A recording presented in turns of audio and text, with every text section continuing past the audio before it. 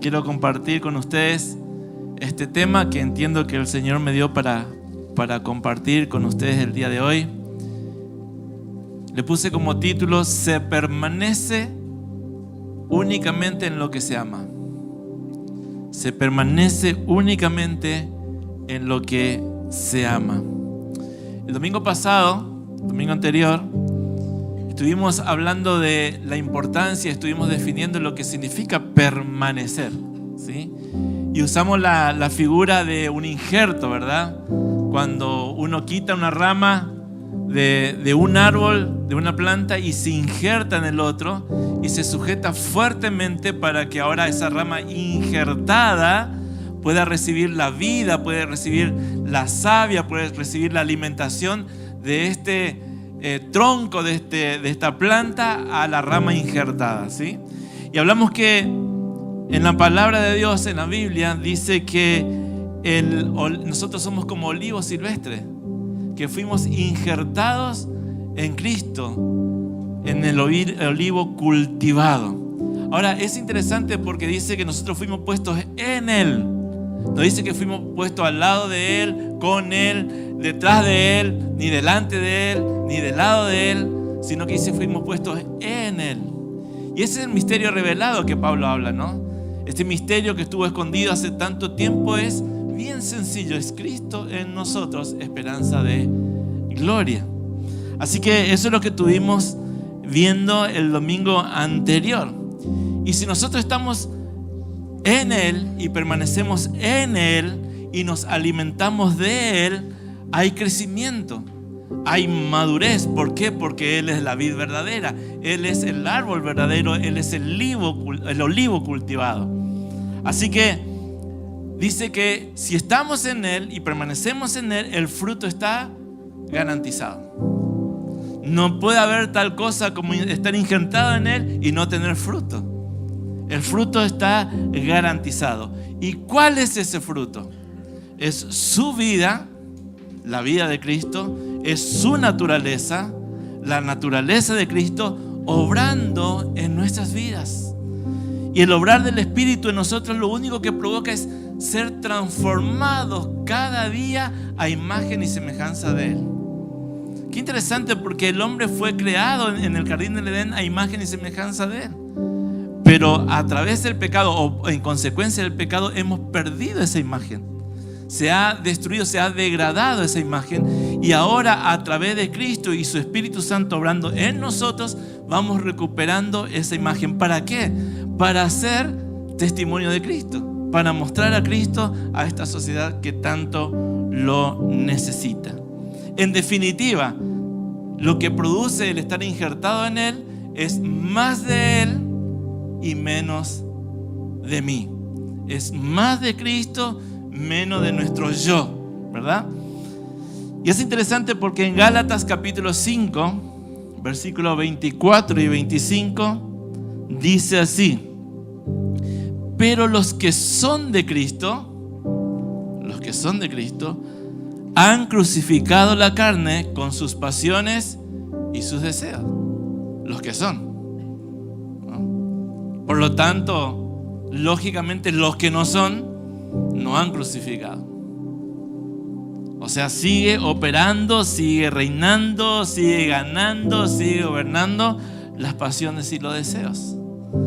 Pero los que son de Cristo, los que entendemos que permanecemos en Él, que fuimos injertados en Él, han crucificado, han degradado, han echado por tierra todo lo que la carne quiere con sus pasiones y sus deseos.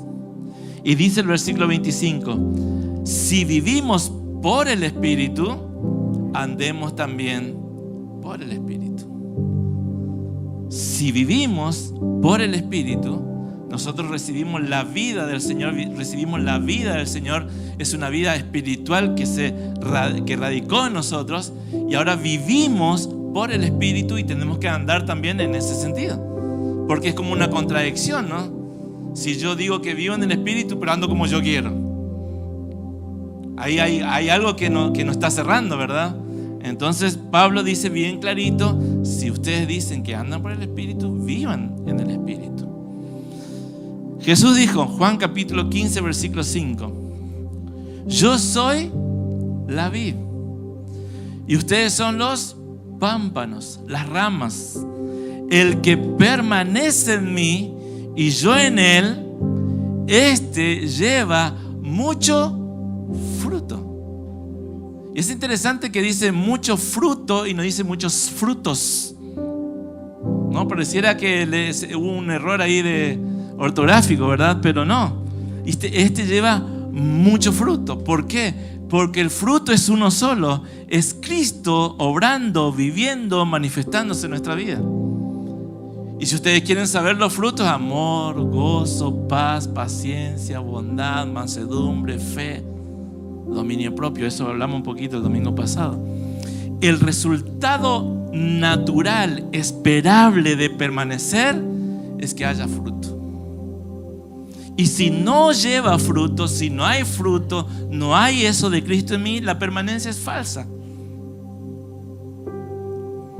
Los que no permanecen en Cristo, aunque exteriormente se parezca, aunque exteriormente tenga toda la pinta, ¿verdad? Tarde o temprano se nota lo que hay. No hay fruto. ¿Vieron esa frase? No le pida peras al olmo. Bueno, porque el olmo vos te vas así frondoso, grande, con unos gajos hermosos, pero no hay pera, porque no da fruto. Aunque sea parecido a la pera, pero no hay pera, porque no es pera. ¿Sí? Así que puede haber cristianos que parezcan cristianos, que parezcan que están injertados en la vid, en el buen olivo, pero aunque parezca, si no hay una verdadera permanencia en Cristo, no hay fruto. No hay fruto. Parece, pero no es. Cuando la permanencia es verdadera, entonces hay fruto genuino. Hay Cristo, se siente a Cristo, se percibe a Cristo.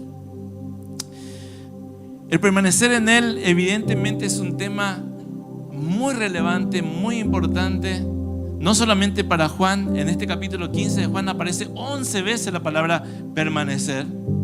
Tremendo, muchas veces, ¿no? Dice que para un hebreo, para un judío, cuando algo se repetía 3 veces era de Dios. Acá se repite 15 veces, ¿no?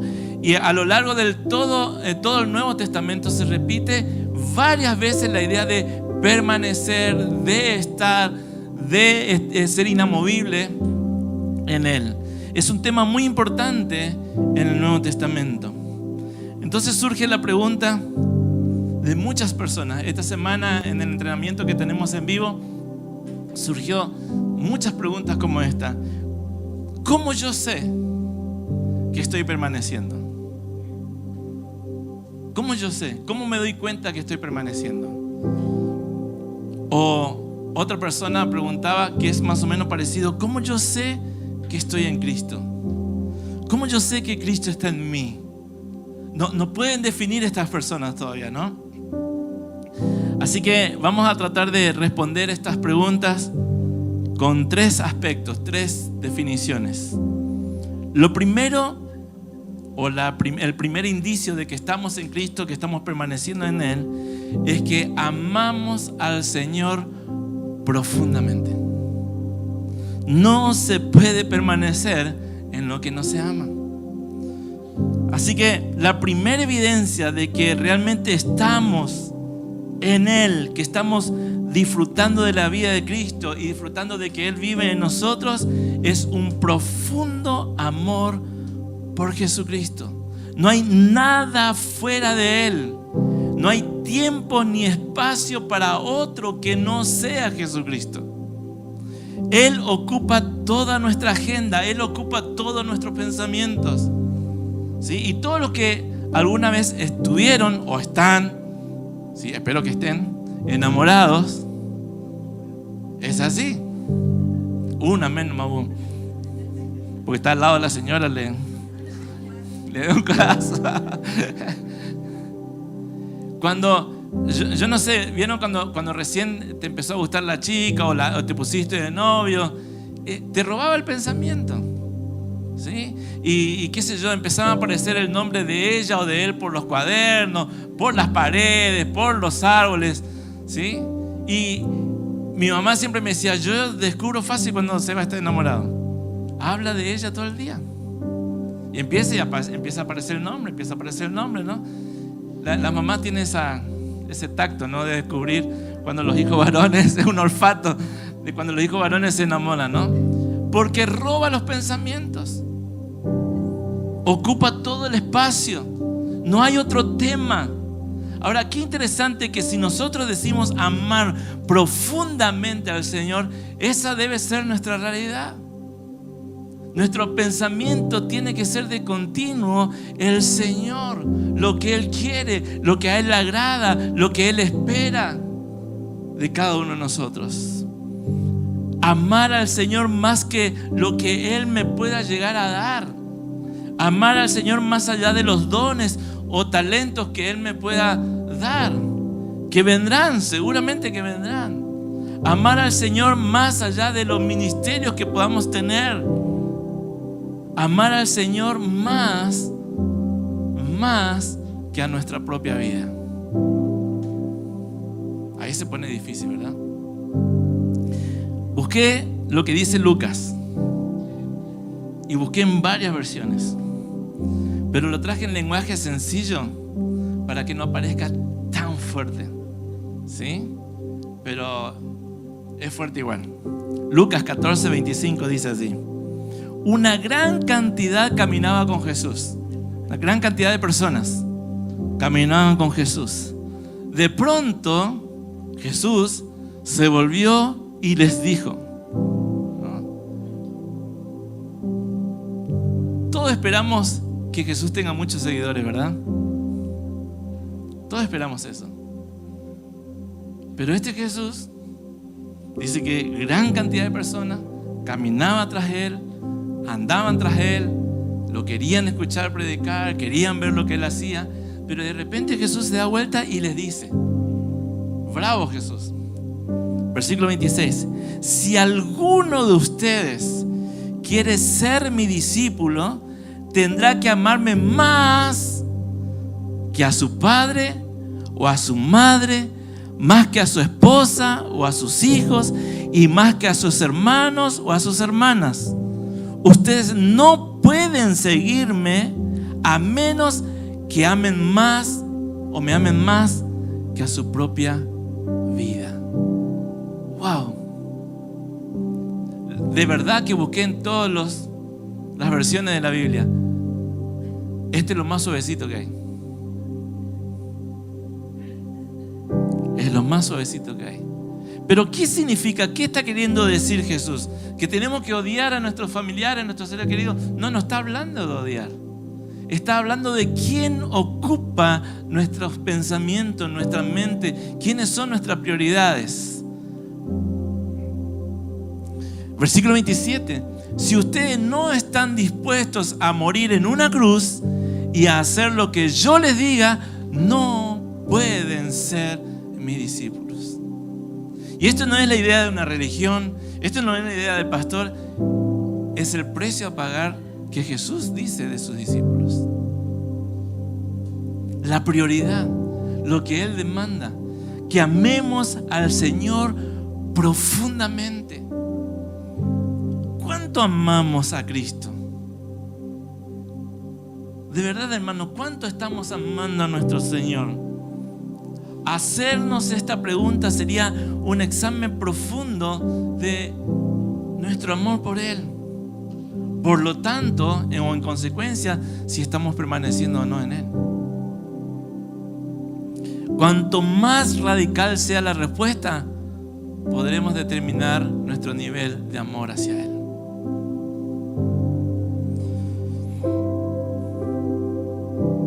Ahora bien, Jesús en Juan capítulo 15, versículo 1, dice así: yo soy la vid verdadera y mi Padre es el labrador. Todo pámpano que en mí no lleva fruto, toda rama. ¿Se acuerdan? El primer versículo que leímos la pasada decía: yo soy la vid, ustedes son los pámpanos o las ramas. Ahora está diciendo Jesús: yo soy la vid, mi padre es el labrador. Anda con la tijera en la mano, ¿sí? Todo pámpano que en mí no lleva fruto, lo quitará. Y todo aquel que lleva fruto, lo limpiará para que lleve más fruto. O sea, la tijera en algún momento te va a tocar. Si no estás llevando fruto, el Señor corta todo lo que es de Él, lo quita. Porque Él quiere que la vid verdadera crezca, se reproduzca, sea visible y que todos puedan comer de Él. Eso es lo que el Señor busca. Entonces Él va a quitar todo eso. Pero si estamos llevando fruto, si Jesús está obrando realmente, estamos siendo fructíferos, también nos dice que el Padre nos va a cortar para limpiarnos, para que llevemos más fruto aún. Ahora, ¿qué corta? ¿Qué corta de nosotros? ¿Qué quita el Padre de nosotros? Quita todo lo que no es Cristo. Quita todo lo que no se corresponde con Él. ¿Vieron cuando, yo no sé si ustedes tuvieron alguna vez alguna planta frutal o algo así en su casa, pero generalmente cuando llega el invierno, se caen las hojas, se poda, y después llega la primavera, todo empieza a reverdecer y le sale de allá abajo del tallo, le salen unos gajos nuevos, los chupones, famosos chupones. ¿Y qué hacen los que más o menos entienden de planta? Cortan los chupones, cortan lo que no va a llevar fruto, porque están allí y están estorbando nada más. En vez de que la savia de la planta vaya al fruto verdaderamente para que crezca, para que madure, para que sea sabroso, esos chupones molestan. Entonces el Padre dice, Jesús está diciendo, el Padre anda con la tijera. Y si estás llevando fruto, no te sorprenda que puedan venir cientas cosas en tu vida y que el Padre lo quite, lo corte, aunque a vos te guste, porque lo que Él está queriendo es que todo lo que haya en tu vida sea solamente Él, y más de Él, y más de Él. Limpia, quita lo que en nuestras vidas no pertenece a Cristo. Quita, limpia todo lo que no es Cristo para que podamos crecer sano y con calidad de Cristo. Pablo dice, cuántas cosas para mí eran ganancia, eran buenas, eran realmente cosas que a mí me gustaba, pero lo perdí todo. Ahora lo considero sin valor, no vale nada comparado con el hecho de conocer a Jesús, de conocer de Él. Pablo dice, lo más precioso que te puede pasar es que en tu vida lo único que haya es Cristo, que le pueda conocer a Él, que pueda estar con Él, que tenga comunión con Él, que pueda estar en permanecer en Él, permanecer en Él. ¿Qué sucede en nuestras vidas cuando el Padre ve en nosotros que verdaderamente lo estamos amando? ¿Qué nos promete Él? 1 Corintios capítulo 2 versículo 9 dice así: cosas que ojo no vio, ni oído yo, ni han subido en corazón de hombre, son lo que Dios ha preparado para los que le aman. Cosas que ni te imaginas, cosas que no es humano, va más allá de lo humano, va más allá de lo terrenal. Esas son las cosas que el Padre tiene preparado para aquellas personas que Él descubre que lo están amando. O sea, Dios quiere siempre nuestro bien. Dios siempre está buscando darnos todo lo que Él tiene para darnos, pero se lo da a los que le aman de verdad. Los sentidos naturales, los sentidos humanos, ni siquiera se pueden imaginar todas las cosas que Dios tiene preparado para nosotros. Ninguna enseñanza lo puede transmitir esas cosas. Podemos tener 50 años de escuela dominical, de teología, de no sé, ser un doctor en Biblia, pero si no se nos revela Cristo, si no hay Cristo, no hay transformación de vida. ¿Y qué es lo más precioso? Porque acá vamos. ¿Qué es lo más precioso que Dios nos puede dar? Porque por ahí enseguida, rápidamente, las cosas que Dios tiene preparado para nosotros y enseguida nos vamos a las cosas materiales. Nuestra mente humana, carnal, a ver, ¿qué? Hay cosas que ni me imaginé. Y me imagino, no sé, una mansión en Bucios. Esos son humanos, terrenales. Cuando vos te vayas al cielo, se va a quedar acá y lo va a ocupar cualquier otro. Esas no son las cosas inimaginables. Las cosas inimaginables que Dios nos tiene preparado es más de Él. Que cuando la gente te ve a vos, la gente diga: qué parecido a Cristo es mi vecino. Qué parecido a Cristo es mi profe en la facultad. Qué parecido a Cristo es el comerciante que me atiende. Qué parecido a Cristo es, o qué parecido a Cristo es aquella iglesia que está en el segundo piso del Salón Cristal. Eso es lo más precioso que Dios nos puede dar. Y eso no nos podemos imaginar, porque no es humano, es divino. Pero los que aman al Señor, realmente cada día podemos conocer más de Él. Conocerlo a través de su Espíritu. Conocer todo lo que Él ya nos ha concedido por su victoria eterna en la cruz. Su vida en nosotros nos dota, nos llena de sabiduría espiritual para poder comprender, para poder discernir los tiempos desde el punto de vista de Dios, de su trono, no humano.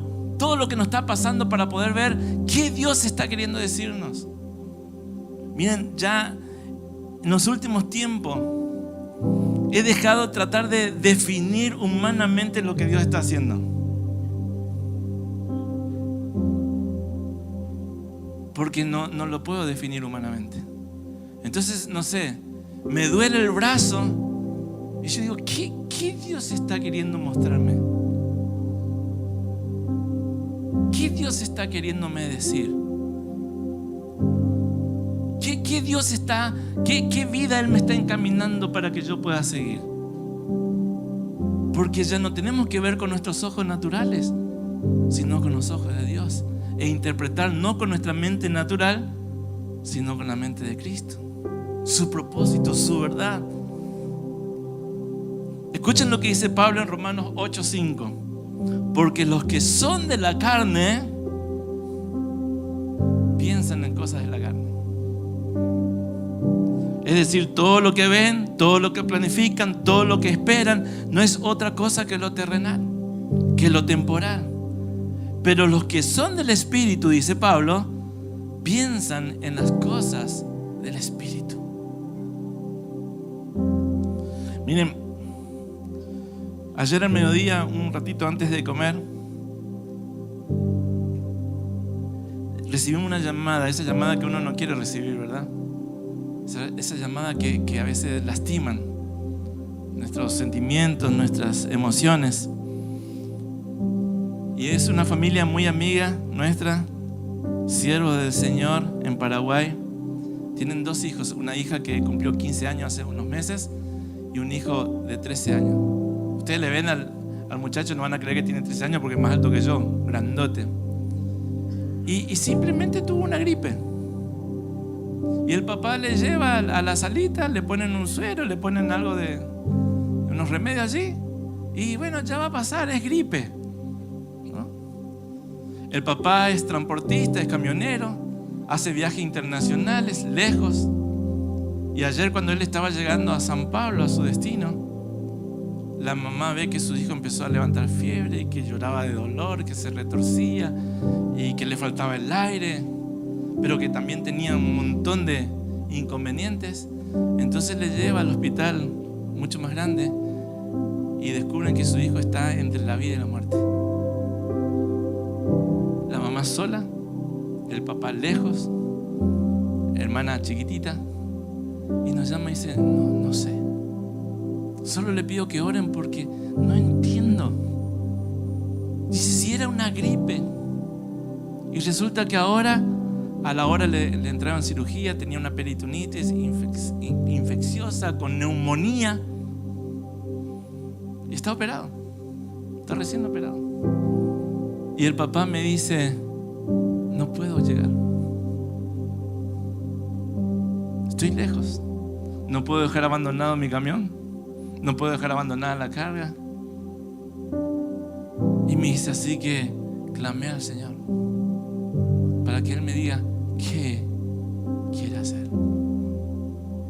Y ahora hace un ratito me mandó un video viniendo con el camión a lo máximo que da por las rutas de Brasil, y venía escuchando una canción que dice: indudablemente sé que estás obrando, no me cabe duda que esto también está como propósito del Señor. Una fe inquebrantable.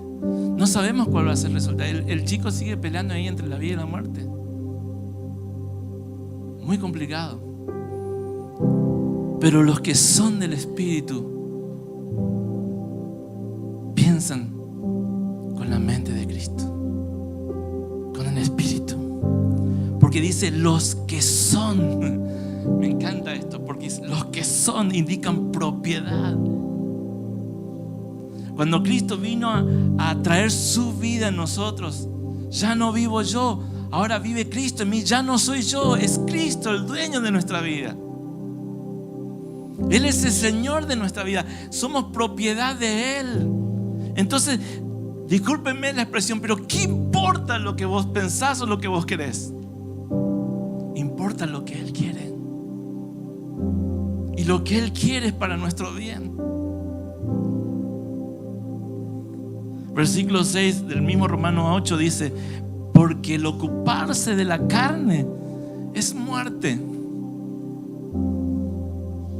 No hay vida, no hay vida de Dios. Pero el ocuparse del Espíritu trae vida y trae paz. Cuando hablaba con Lucas se llama nuestro amigo, él decía: pastor, ¿qué quiere que le diga? No entiendo, pero tengo paz. Yo ya estaba desesperado por él, ¿no? Porque digo: bueno, y deja tu camión en la casa de un amigo, tomate un avión. Y él me dice: tengo paz, voy a manejar hasta Asunción. De San Pablo viene. Porque tengo paz, porque el Señor está bajo control. Wow. Otra versión dice el mismo pasaje, el versículo 6 dice: poner la mente en las cosas del Espíritu trae vida y trae paz. Versículo 7: cuando alguien se deja controlar por su naturaleza humana, está en contra de Dios. Eso no lo leemos muy de seguido, ¿verdad? Cuando alguien se deja controlar por su naturaleza humana, está en contra de Dios y se niega a obedecer la ley de Dios. De hecho, no es capaz de obedecerla, porque los que siguen su naturaleza humana no pueden agradar a Dios. ¿No? Este versículo es respuesta para tantas cosas, ¿no? Para tantas preguntas. Pastor, ¿por qué no puedo? Es respuesta. Ponga la pregunta que usted quiera ahí. En la versión Jubileo, hay una versión de Biblia que se llama Jubileo, dice así: porque los que son de la carne, las cosas de la carne saben. O sea, todo lo que es de acá. Mas los que son del Espíritu conocen las cosas que el Espíritu está queriendo hacer. ¡Wow! ¡Qué hermoso! Permitir que el Espíritu controle nuestra mente trae propósito para nuestra vida, propósito del Señor para nuestra vida. Entonces, la primera evidencia de que estamos permaneciendo en Cristo es que hay fruto, hay más de Él, te parece más a Él, y nuestro sentido, nuestra mirada, todo deja de ser terrenal y temporal para ver desde la perspectiva eterna, divina, desde su trono. Desde su trono. El segundo indicio de que permaneces en Cristo y Él en nosotros es el amor por sus mandamientos. es el amor por sus mandamientos. Juan 14:15 dice así: si me amáis, guardad mis mandamientos. Si me amáis. Y bueno, pero yo, pastor, que es difícil, usted tiene que entenderme. Si aman al Señor, guardan sus mandamientos. Juan 14:21: el que tiene mis mandamientos y los guarda, ese es el que me ama. Y el que me ama será amado por mi Padre, y yo le amaré y me manifestaré a él. Juan 14:23 dice así: respondió Jesús y le dijo: el que me ama, mi palabra guardará, y mi Padre le amará, y vendremos a él y haremos morada con él. El que no me ama, no guarda mis palabras. Y la palabra que habéis oído no es mía, sino del Padre que me envió. ¿Han notado? Siempre el vínculo es el amor. La primera evidencia era amor profundo por Jesucristo. Ahora es amor por su palabra, por su voluntad, por sus mandamientos. ¿Quién es el que guarda sus palabras? El que lo ama. ¿Quién persevera en Cristo? El que lo ama. ¿Quién permanece en la vid? El que lo ama. Entonces mi Padre lo amará y yo también lo amaré. Esto es glorioso porque además termina diciendo: y me manifestaré, me mostraré, me verán. El que me ama, el que guarda mis mandamientos, no solamente que va a creer, sino que me va a ver. Cristo se nos revela, hermano. Y no solo eso, sino que dice que Él viene juntamente con el Padre por el Espíritu Santo a hacer su morada en nosotros. Esto es glorioso. Es para gritar gloria a Dios, es para decir aleluya. ¿Saben dónde vive Dios? No vive en el cielo allá a miles de años luces de acá. A ver, no sé, por allá arriba. No, su palabra dice: si vos me amás, ¿sabes dónde vivo yo? En vos. Vivo en tu casa, vivo con vos, como lo que vos comés, miro lo que vos mirás, voy a dormir y estoy con vos, te despertás y estoy con vos, vas a trabajar y estoy con vos, porque yo vivo en vos. Esa es la dirección de Dios. Tu vida es tremendo. ¿Vieron que hay personas que dicen: ¿cómo me gustaría ser amigo de, no sé, de Elon Musk? Sí, el millonario, el genio de esta época, ¿no? Qué bueno sería ser amigo de él, ¿verdad? Qué bueno sería ser amigo de Messi. Y por ahí lo que tiene en la mente tan terrenal dice: le voy a pedir una camiseta firmada. Es nada. Pero, hermanos, en nosotros vive aquel que le dio la habilidad a Messi. En nosotros vive aquel que le dio la inteligencia y la sabiduría que le dio a Elon Musk. O sea que él es mucho más veces mejor que ellos. ¿Y dónde tenés que buscarlo? No tenés que ir ni a un lado, está en vos.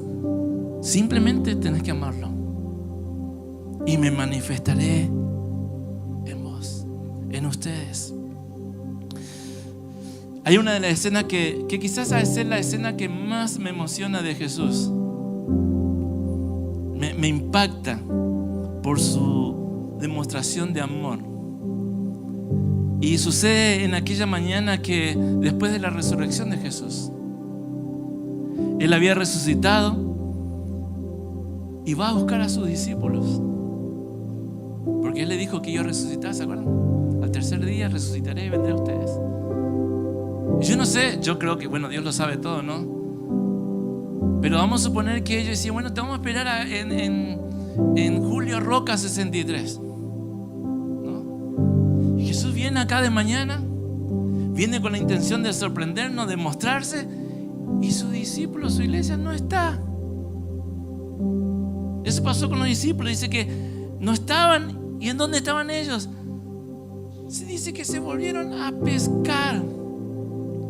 Se olvidaron completamente de todas las promesas que Jesús había hecho. No había pasado un año, no había pasado un mes, solamente un par de días, 3 días. Entonces Jesús va y ellos están pescando y están cansados y están frustrados, están decepcionados. El maestro se murió, volvimos a nuestras redes. Yo no sé si repararon, si tenían ahí guardadito por las dudas. Y están pescando y no les sale nada bien. Pescaron toda la noche, no sacan ni un pescadito. Y viene Jesús. ¿Y qué hace Jesús? ¿Qué haría Sebastián? Yo le dije, ¿y dónde están ustedes? Y ya se olvidaron, pasó 2 días. Le tiraría la oreja, ¿verdad? Pero Jesús no es así. Dice que Jesús viene y aún después del milagro, todos ya conocen la pesca milagrosa, Él tiene un gesto de amor. Dice que les prepara un desayuno en la orilla del mar. Jesús allí, no sé de dónde sacó carbón, una parrilla o qué sé yo, y les prepara un desayuno. No nos dice la palabra que habla. ¿Cómo me gustaría saber qué hablaron? ¿Qué charlaron? Yo me imagino que algunos de sus discípulos ni pudieron decir nada. Si estaba Tomás, posiblemente le pinchaba ahí si era cierto o no era cierto que era Jesús, ¿verdad? Pero Jesús no tiene reclamo. Tiene un gesto de amor. Les sirve. Y le dice, comenzamos de nuevo.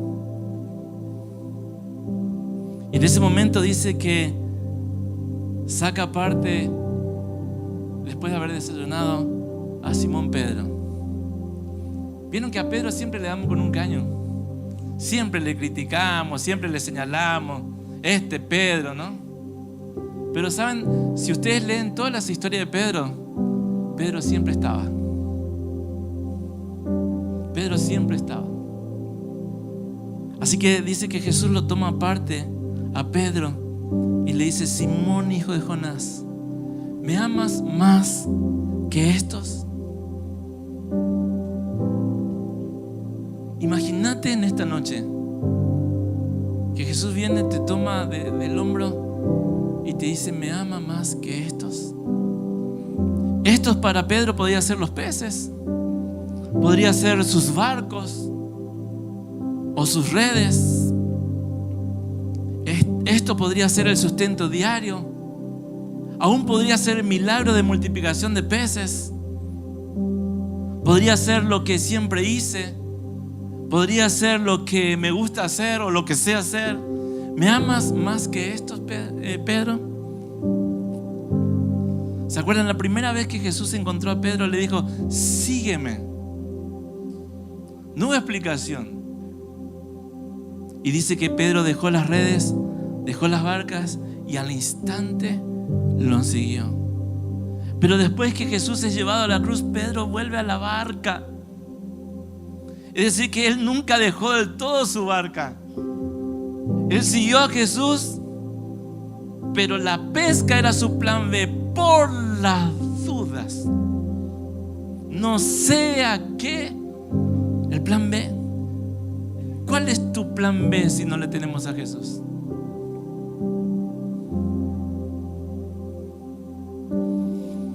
Así que cuando Jesús resucita, va a buscar a Pedro, va hasta el río.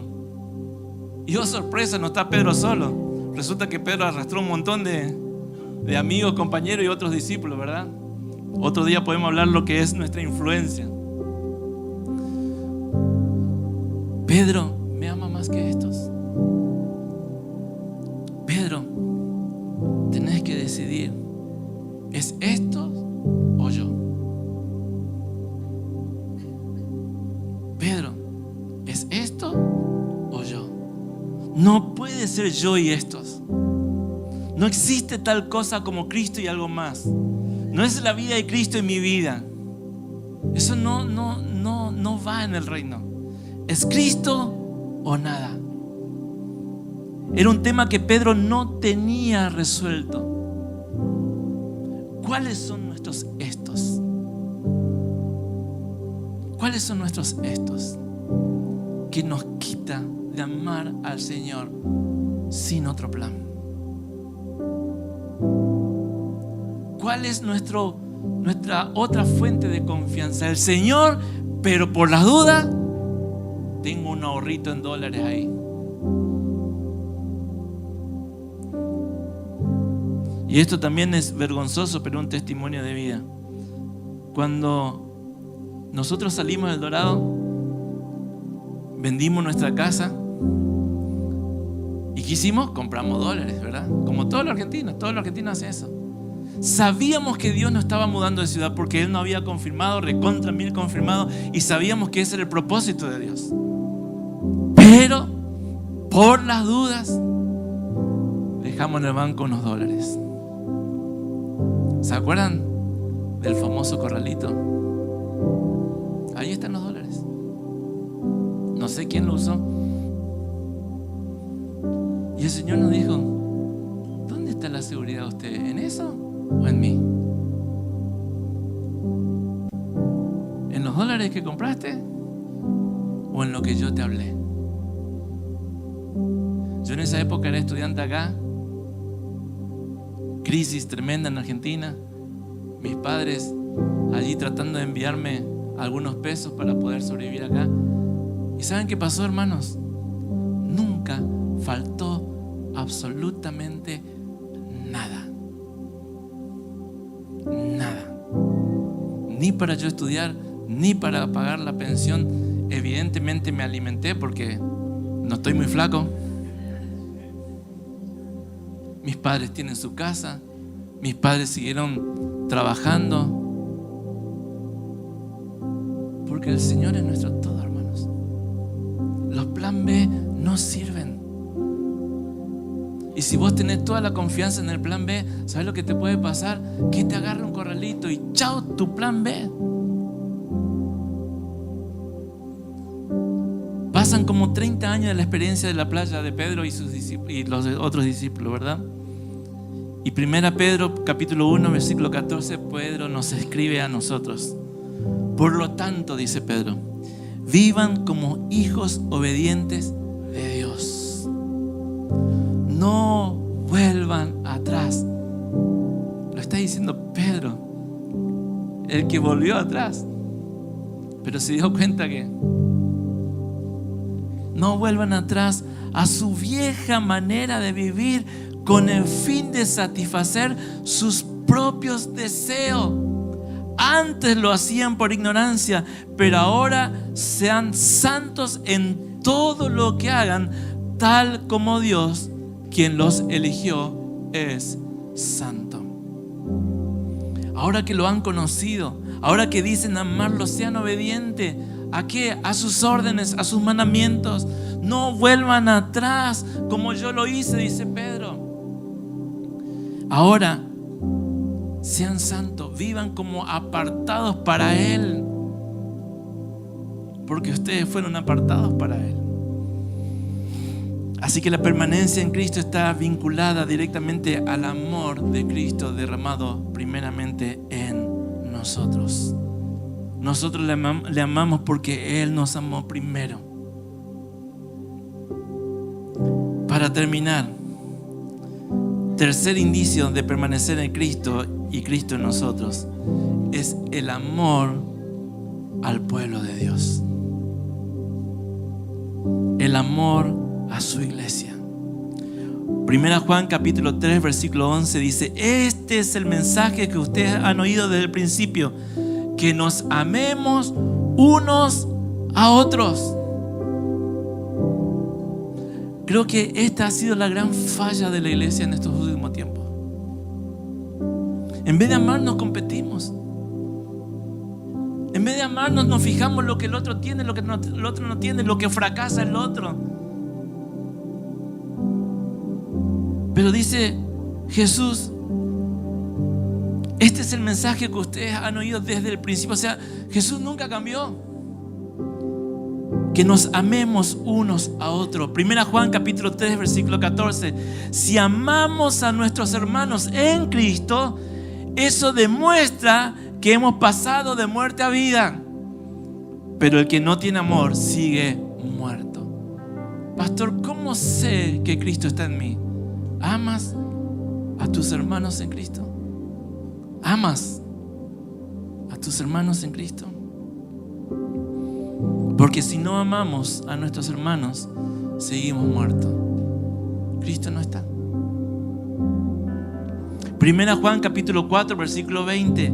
Si alguien dice amo a Dios pero odia a un hermano en Cristo, esa persona es mentirosa. Pues si no amamos a quienes podemos ver, ¿cómo vamos a amar a Dios a quien no podemos ver? Y Él nos ha dado el siguiente mandato: los que aman a Dios, amen también a sus hermanos en Cristo. Amen en la iglesia. Bueno, pero yo amo a Dios, pero no amo a la iglesia porque la iglesia me falló. Pero la iglesia es Cristo. Él es la cabeza de la iglesia, pero también es el cuerpo. Nosotros simplemente somos miembros del cuerpo de Cristo. Si vos decís la iglesia me falló, estás diciendo Cristo me falló.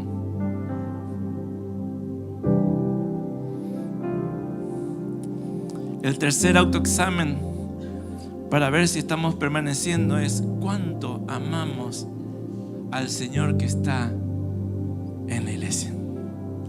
Primero, amar a Dios. Segundo, amar sus mandamientos. Y en tercer lugar, amar a nuestros hermanos en Cristo. No existe tal cosa como amo a Dios, pero no puedo obedecerle. No es amor. Tampoco puedo decir amo a Dios y no amo a la iglesia. ¿Por qué? Porque Dios es todo. El Padre, el Hijo y el Espíritu, los tres son uno. ¿Lo amamos o no lo amamos? Cristo es la palabra. El verbo estaba con Dios, el verbo era Dios, dice Juan. El Padre habla a Cristo y todo fue creado en Él, por Él y para Él. Y la iglesia es su cuerpo y Él es la cabeza. Es interesante que cuando va terminando el libro, el Nuevo Testamento, el libro Apocalipsis, Dios habla a las iglesias que están en Asia. Allí hay 7 iglesias. Es interesante porque Dios conoce perfectamente todo lo que ellos están haciendo. Todo. Dice, conozco tus obras, conozco tus puntos fuertes, conozco tus puntos débiles. Él está corrigiendo, Él está ordenando, Él está ayudando. Cada uno tenía problemas y dificultades.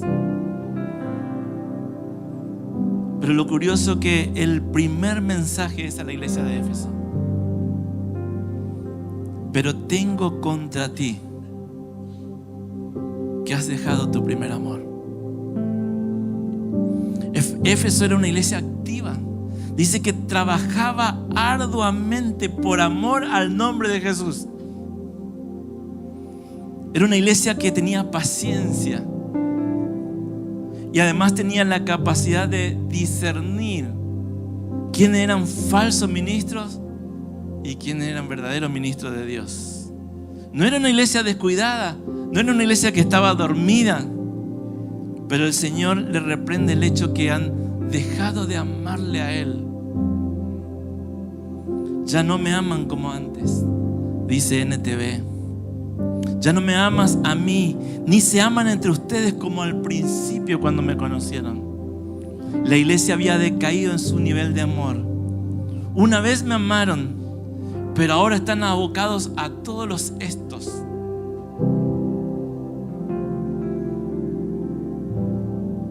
Se olvidaron de hacer lo que yo le mandé a hacer.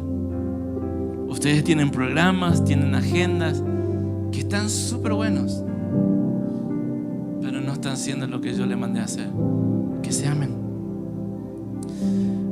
Entonces el Padre le dice, si ustedes hacen los ajustes necesarios, si ustedes aprenden a corregir, fíjense lo que le promete el Señor. Les daré a comer el fruto del árbol de la vida. ¿Y cuál es el fruto del árbol de la vida? Cristo. Cristo, nuestra vida. Les daré más de Cristo.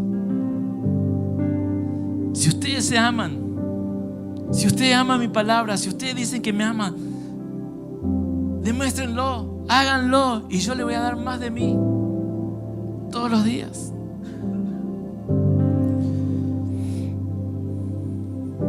Juan 15:9 dice así: yo los he amado a ustedes tanto como el Padre me ha amado a mí. Y Jesús, como pidiendo, ¿no? Dice: permanezcan en mi amor. Cuando obedecen mis mandamientos, permanecen en mi amor, así como yo obedezco los mandamientos de mi Padre y permanezco en su amor. Les he dicho estas cosas para que se llenen de mi gozo. Así es, desbordarán de gozo. Y el 12 dice: este es mi mandamiento, ámense unos a otros de la misma manera que yo les he amado. Permanecer en el amor del Señor. Eso es todo lo que tenemos que hacer. Ámense, ámenme a mí, amen mi palabra y ámense entre ustedes. ¿Y se acuerdan lo que dice Juan 17 cuando Jesús está orando? Dice: si esto sucede entre ustedes, no hace falta que ni hagan campaña evangelística, ni recitales, ni salgan a repartir folletos. La gente se va a dar cuenta y va a venir a ustedes. Anulamos todas las redes sociales, la gente va a venir sola, no vamos a tener tiempo para andar en las redes sociales. Simplemente amor. Esto es lo que yo le mandé a hacer.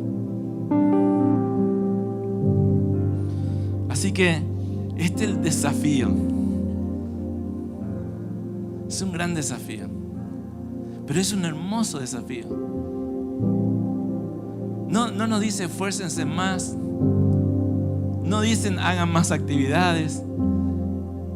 Nos da el privilegio de hacer algo hermoso, que es amar. Amar. Creo que no es tan difícil, ¿verdad? Pero es hermoso. En vez de estar desconfiando de todo el mundo, abrirnos, mostrar nuestras debilidades, nuestras flaquezas. ¿Qué tal mi hermano me ama y me va a ayudar, me va a sostener, me va a hacer el aguante? Y también me va a ayudar a corregirme, porque lo va a hacer por amor. Es el gran desafío que Dios nos da en este domingo. Amarnos, amarle a Él, amar su voluntad y amarnos entre nosotros.